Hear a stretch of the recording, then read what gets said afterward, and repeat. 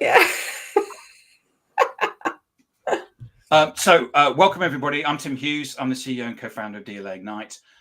With me today, I've got Jackie Clifford, and Jackie and I are going to talk about the situation where you're probably an individual contributor now. You're certainly not in leadership, and what happens is that you're doing such a good job, you get promoted to going into leadership. So all of a sudden, you're not managing a team, and you've got loads of mates who are the team, and all of a sudden you're being told you'll now need to manage all of those people who are probably mates of yours. So it's happened to me. It happens a lot to people, and this is what we're going to dig into today. And it's a massive issue in the world of business and industry. But Jackie, where can people find you? You can find me via LinkedIn, so Jackie Clifford on LinkedIn, and I did a little Google of Jackie Clifford Clarity Learning and Development, and that'll take you through to my website, to my X feed, etc. So it does. I've done exactly the same. Brilliant, thank you. So Jackie, give us a little bit of a background about how you got, because you're some people are coaches about everything, but you've chosen something quite narrow, haven't you? Yes. I've been in learning and development for over 30 years, and I just find this whole idea of leadership and management development absolutely fascinating. But particularly for those individuals that you described, I was a technical specialist.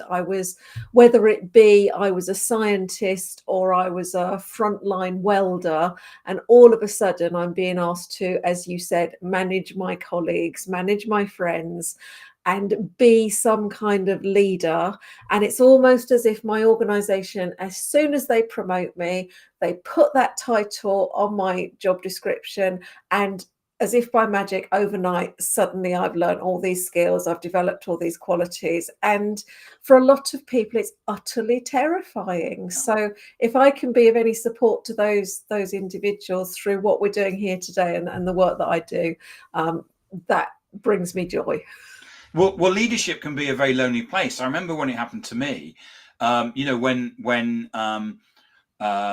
there was a sales meeting, when I was an individual contributor, we used to leave the sales meeting and then we used to ring each other up.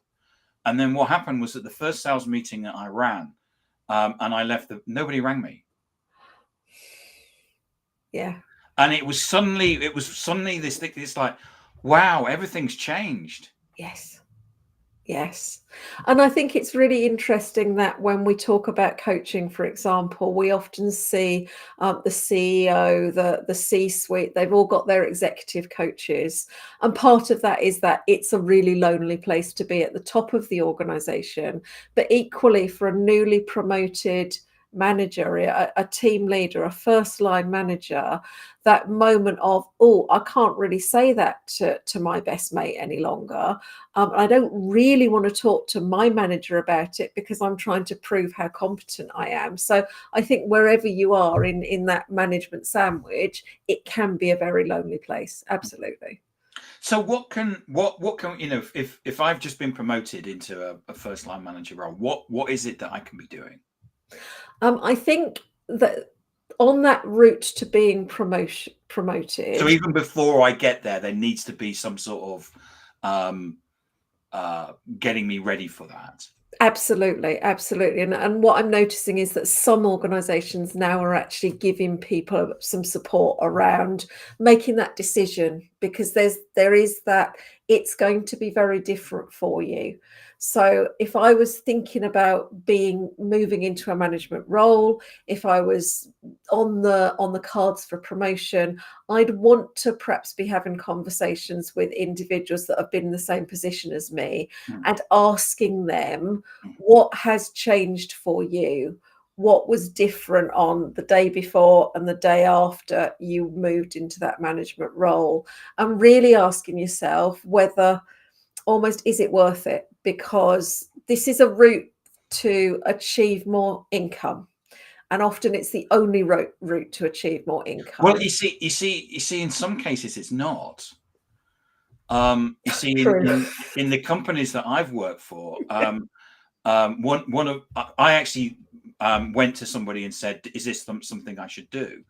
And they said no. And I said, what do you mean? I said, you're a first line manager. And they said, yep. And they said, it's more shit, but the same size shovel. Yes. Yes, and potentially if you're in sales, you're going to lose the opportunity to earn commission, for example, because you're no longer on that. And a first line manager role in the company that I work for you would earn less than a sales role. Yeah. Yeah. So then you've really got to say to yourself, is it worth it? What is it that I want to achieve from my career? What is it that I want to contribute to my organization? And a lot of people will want to move into a leadership and management role because they want to, for example, feed into decision-making processes that they haven't been able to do, influence change. So there's a question there around how much will I be able to, what decisions will be within my gift to make? How much will I be able to influence change?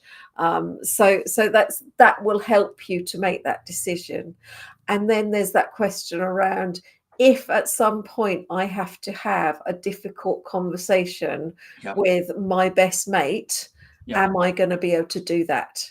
And if I'm not, what's important to me? Is it my promotion? Is it my management role? Or is it my relationship and my friendship? So there's a real kind of life decision, I think, for a lot of people deciding to move into a leadership and management role. And then once you step into that role, I think my top tip would be to listen. There's often a real kind of drive to prove myself, to prove that I am worthy of this leadership and management title. And so therefore I've got to change everything. I'm going to come in and say, right, we're going to do this and we're going to do that and we're going to do the other. And the team looks at me and wonders what's happened to me. I was actually given some advice that when you get into first line management role, you have to fire somebody to prove yourself. Oh. Which is just awful advice. It's just terrible. Yes. I mean, and that's some of the things that you will get bad advice. Yes. Yes. So I guess that's another tip, isn't it? It's like, be really discerning around who you listen to. Observe those people around you who are in leadership and management roles and ask yourself, what are they doing that I feel is supporting them to succeed, and what are they doing that's really hacking people off and making them not want to follow them anywhere. And there is that thing that we talk about in leadership, particularly around followership. Why would somebody want to follow you? And we often talk about respect and how do you garner respect, and you might garner some fear by sacking somebody, but I don't think you're necessarily and probably lose some trust in the same. Definitely. So what can you do that's going to engender trust? And my experience just listening to people in organizations is so many people even today don't feel heard. So if you can be a leader and manager who listens, you might not be able to act on everything you hear, but if you can then go back and say, I've heard what you said, this is my thinking, let's explore it together. So as well as listening, then there's that bit around collaborating. Sitting on the back of that, there's another tip that I would say, which is, you want to listen, you want to be collaborative, you want to consult. Sometimes you won't be able to.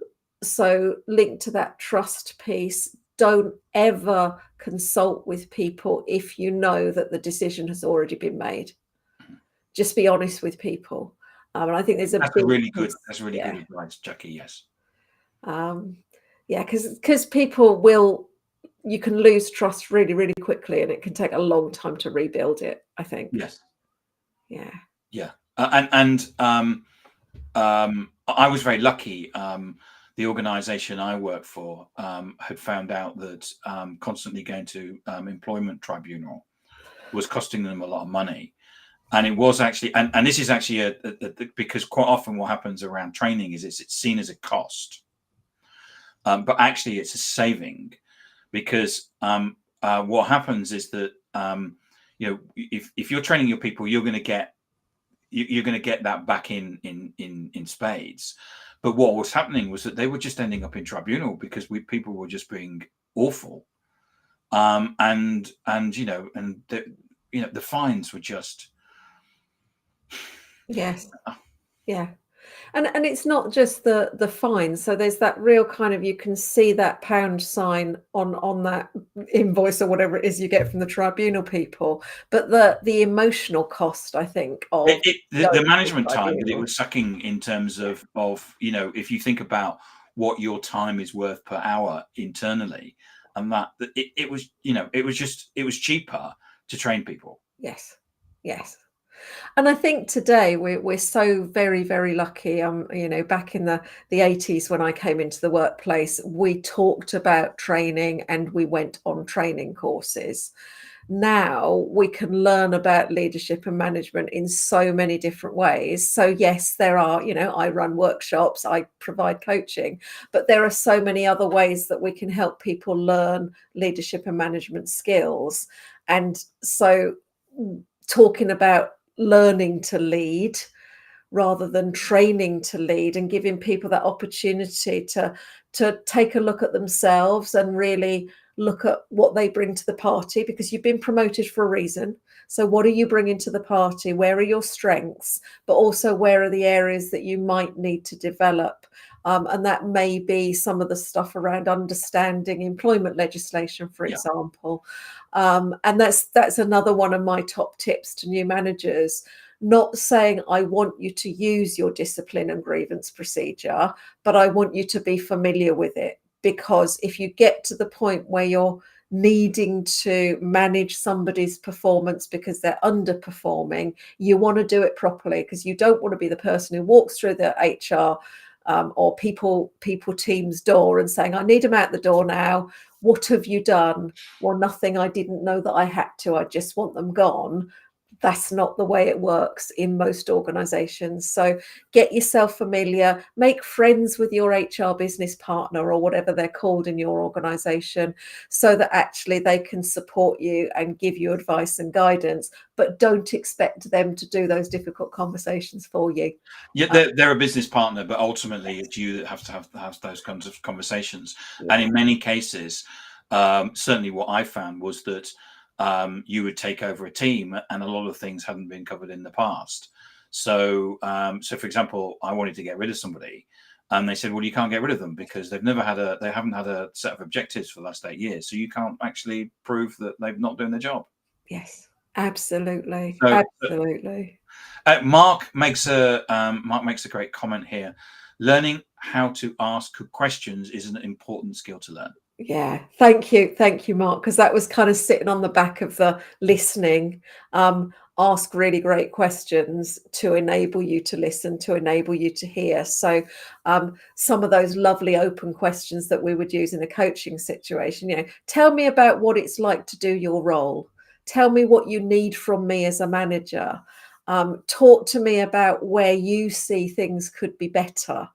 And so those early days of being a new manager are very much about gathering all of that information and then kind of working it through and making some decisions about where things need to head. And I think it's important, to show some vulnerability in terms of saying, I trust you.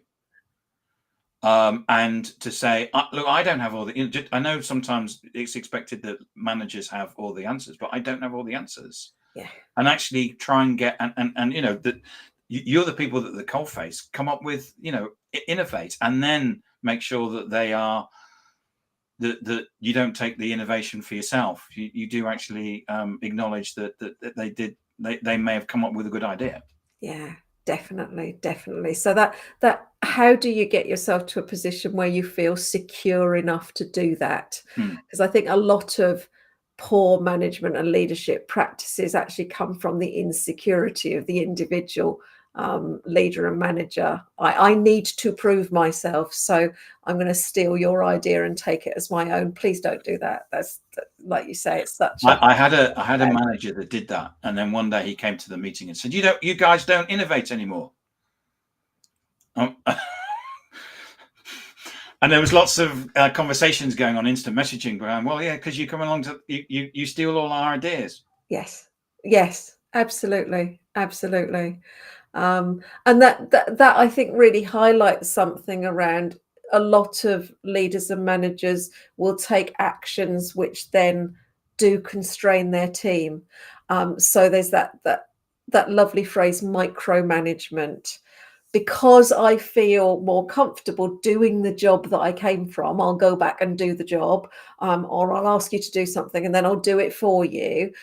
So then as a team member, why would I do it? If I know you're going to step in, why am I going to do it? Why would I innovate if I know that you're going to steal my ideas? So as you've said, I see one of the roles of the leader and manager is to clear the roadblocks out of the way so that team members can get on and do what you are paying them to do. And as you say, trust them to do it.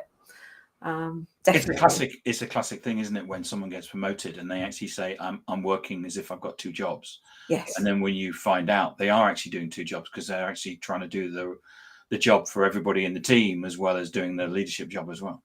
Absolutely, absolutely. And I think one of the other things I heard you touch on there was you mentioned somebody who'd had no objectives for 8 years. And I think there's absolutely something around being really clear on your expectations, not only what you want people to do, but how you want them to do it. So if you've got organizational behavioral frameworks or values that you want people to live, those give people that framework. But it shouldn't be a cage. It shouldn't stop innovation. It should say to people, most people need some boundaries. But within those boundaries, I can run free. So let me run free and do what might plant my talents where they need to be planted. So letting people know what your expectations are. What is the job? What are you asking them to do? What does good look like? So how will they know that they're doing a good job? And then that feedback piece around supporting good performance. And one of the things that I was told is, well, you don't want to give people too much positive feedback because their heads will get too big. Really? How is that? You wouldn't deprive your plants in your garden, your tomatoes that you plant, you wouldn't deprive them of all the nutrients and expect them to produce really great tomatoes. So why would we want to deprive our team members of those nutrients? It's like Victorian factory owner type advice, isn't it? Yes. And I think that's a really important point, is when we look at a lot of the management and leadership literature, it is based back in the Industrial Revolution when we assumed that people just came to work for the money. And if we didn't hit them with a big stick, they wouldn't work hard, which we now know is absolutely not true. Yes. Yeah, absolutely. Yeah. Yeah. What do you, in terms of day one, we've talked about not to dump people into people management. We've talked about preparing people. We've talked about having the confidence to listen and having difficult conversations. We've talked about a coaching style of listening. What about being measured, what to do and what to do next? Yeah, and I think that being measured feels really important, because if we don't give people a sense of their measures of success, how do they know if they're doing a good job? And then how can we as the leader and manager support them to be even better if they're not achieving what we need them to achieve? So that I work with 5 questions, which are, what do you want me to do and why? And that links back through to not only my job description, but importantly, the organizational and the team objectives. So is that lovely golden thread that we talk about. Then there's that question around, how do you want me to do it, which is the organizational standard. So as a manager, making sure you're aware of that. So on day one, kind of, you need to be able to answer these questions. So you need to have those conversations with your own manager. Then there's that, how will I be measured? What are the outputs you're looking for? And sometimes we're used to outputs, but what are the outcomes I'm trying to achieve? And the behaviors. So what behaviors do I need to be modeling as a manager? What behaviors do I expect from my team members? And then starting to, and again, probably in that first week, establishing how people want to receive feedback. So do they want you to just kind of jump on the table and sing and dance when they do something really well, or do they want to be taken off to one side to be praised? Because a lot of that British mentality, we don't like to be praised in public. And again, another one of those lovely phrases, praise in public and chide in private. But actually, I mean, always, I think, give improving feedback in a private setting. But be prepared to give feedback, but also be prepared to ask for that feedback. So at the end of week 1, how was it for you, team? What would you like me to keep on doing because it's working for you? What would you like me to stop doing because it's not working? And what would you like me to start doing because you didn't see me doing it this week? Which then leads through to that final question of what next? So what will we do next week? It's great advice, and asking for feedback and people's reflections, I think is, I know we don't like people giving us feedback, but it's so important. Definitely. Because it's the only way that we're going to grow. Because if people just pat you on the back and say you're doing a good job, Tim, and you're not, then yeah. And I guess that would be another thing for me is you're doing a good job, Tim, because it was a good job and I saw you doing this, this, and this, and that's why it was a good job. So that pat on the back is fantastic. That thank you at the end of the week is fantastic. But I appreciate what you've done this week because it contributed in this way. Then means that next week I'm going, oh yeah, that made a difference. And most people want to make a difference in their workplaces. They do. Yeah. Jackie, thank you so much for coming on and talking us about this. Where can people find you? So Jackie Clifford on LinkedIn. Clarity Learning and Development is my website, but just a little Google Jackie Clifford, Clarity Learning and Development will give you all the details about how you can get in touch with me. Fantastic.